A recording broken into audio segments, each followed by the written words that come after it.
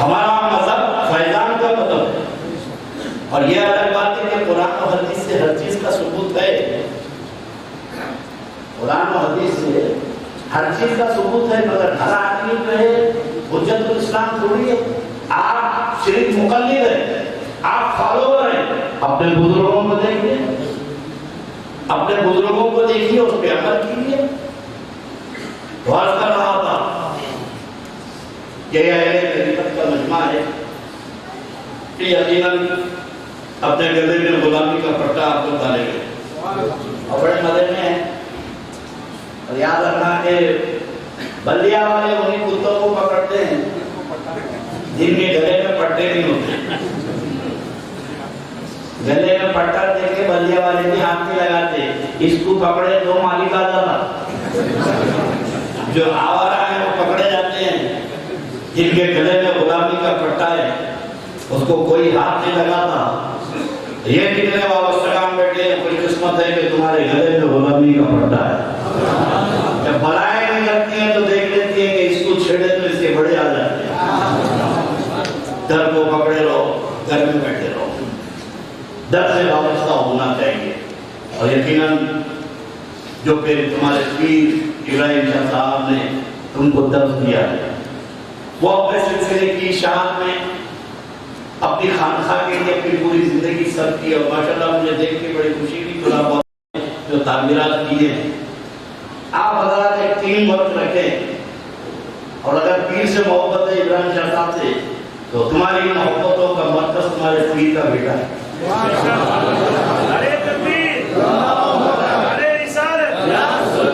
کہ پیر کے بیٹے کو بیٹا مت سمجھنا، اپنے پیر کی صورت میں اپنے پیر کے بیٹے کو دیکھو، اگر یہ دیکھو گے تو تم کو ابراہیم شاہ نظر آئے گا۔ اگر یہ سلسلے کو باندھے رکھنا ہے تو ایک شیشہ پلائی دیوار بن جاؤ۔ جو مشن ابراہیم شاہ صاحب نے لے کے چلا، اس مشن کو یہ اگر لے کے چل رہے ہیں تو دامے درہم سے سفر میں اپنی زندگی صرف کر دو۔ یہ بڑی مشکلوں سے تم کو اتحاد کے لڑ میں ایک ہار میں ڈویا ہے ابراہیم شاہ صاحب نے، اور کہاں کہاں سے لوگوں کو لا کے ایک گلدستے میں جمع کیا۔ میں تو جانتا ہوں کوئی کہاں سے، کرناٹک سے، کوئی مہاراشٹر سے، کوئی مدراس سے، کون سا ایسا علاقہ ہے جہاں ابراہیم شاہ صاحب نے اپنا فیض نہیں پہنچایا۔ خدا کی قسم اتنا سفر انہوں نے کیا ہے، مجھے تو حیرت ہوتی ہے۔ سفر ہی سفر، ایک علم کتاب کا ہے، ایک علم صحبت کا ہے، اور ایک علم سفر کا ہے۔ اولیاء اللہ کی زندگی میں سفر ہے، سفر کے علم سے بہت سارے تجربات ہوتے ہیں۔ سفر در وطن اور خدمت در انجمن، ایک مطلب یہ ہے کہ اس وطن میں سفر کرو، جو ملتا سوچو اور عارفین کے نزدیک یہ ہے، اس وطن میں سفر کرو۔ یہ خود ایک کائنات ہے، اندر ڈھونڈو، اندر سفر کرو، جتنا اندر سفر کرتے جائیں گے اتنی معرفت الہی ہوتے جائے گا۔ خدا کو تلاش کرنا ہے تو میدان میں خدا کی معرفت سکھائی جاتی ہے، خدا کا عرفان سکھایا جاتا ہے، معرفت الہی کا درس دیا جاتا ہے، بلکہ یہ سمجھو کو بندے کو خدا سے قریب کیا جاتا ہے۔ ترا بابا کے لیے دعا ہوں کہ اللہ تبارک و تعالیٰ ان کو اپنے بڑوں کا سچا وارث اور جانشین بنائے رکھے۔ جانشین تو ہے، ان میں بھی وہی والد کی خوبیاں ہیں۔ یہ جب کبھی ہمارے پاس آتے ہیں تو ہم ترا بابا کو نہیں دیکھتے، ابراہیم شاہ صاحب کو دیکھتے ہیں۔ معلوم ہوتا ہے کہ وہی سچ، وہی دھب، وہی خوبی۔ اور میں ڈنکے کی چوٹ کرتا ہوں کہ بہت ساری خانقاہیں میں نے دیکھی ہے، لیکن کسی پیر نے اپنے بیٹے کو اتنا نہیں رکھا جتنا ابراہیم شاہ نے اپنے بیٹے کو رکھ دیا۔ تم لوگ خوش قسمت ہو کہ پیر بھی تم کو باقا ملا اور پیر کا جانشین بھی تم کو سچا ملا۔ اللہ تبارک و تعالیٰ اس خانوادے کو، اس خانقاہ کو آباد رکھے، میدان کو جاری رکھے۔ انشاءاللہ زندگی واقعی نہیں تو اتیا خیال رکھنا، کبھی میرا آواز کرانا ہے تو میرے کو ہی بلا، کہ کن کرو مولانا کو بلا لیجیے، ترجمہ کر کے رکھیے، بٹھا کے رکھیے، میرے کو سفر کیا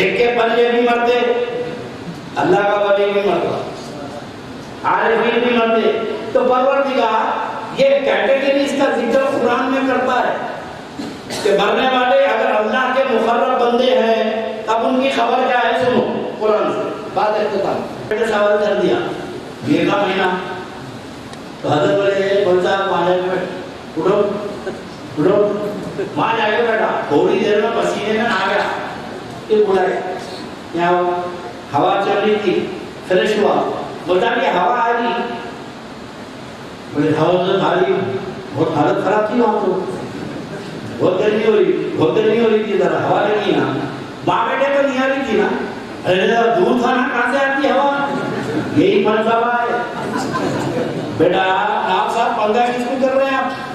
اس کو میرے کو بولے لگا اس کے لیے 36 غلام میرے پاس میک اپ کرنا، میں تو آپ کو پنگا کر رہا ہوں. بولے پنگا مجھے کر رہے فائدہ تیرے کو پہنچ رہا، پنگا مجھے ہو رہا ہوا مجھے آ رہی. اس لیے اللہ کے ولیوں کے دربار میں جاتے ہیں کہ اللہ تعالیٰ اپنے ولیوں کے دربار میں جو رحمتوں کی بارش نازل فرماتا ہے، جو قریب چلا گیا ایک چھینٹا بھی پڑ جائے تو نجات کے لیے کافی ہے. دور رہو گے تو محروم رہو گے، قریب رہو گے تو فائدہ اٹھاؤ گے. تو یہ سلسلہ خوش قسمت ہے. اللہ رب تبارک و تعالیٰ آپ کی ہماری سب کو حاضری قبول فرمائے اور غلام بابا ان کی نسل ان کی اولاد کی عمر دراز فرمائے. پروردگار ان کے فیض کو جاری فرمائے. میں ان کے کام سے بہت خوش ہوں اور دل کی گہرائیوں سے دعا کرتا ہوں. جب میرے کو خوشی ہو رہی تو حضرت کو کتنی خوشی ہو رہی کہ جو چمن میں نے جلایا ہے یہ چمن اجڑنے نہ پائے. میرا بیٹا تو اس کو بڑا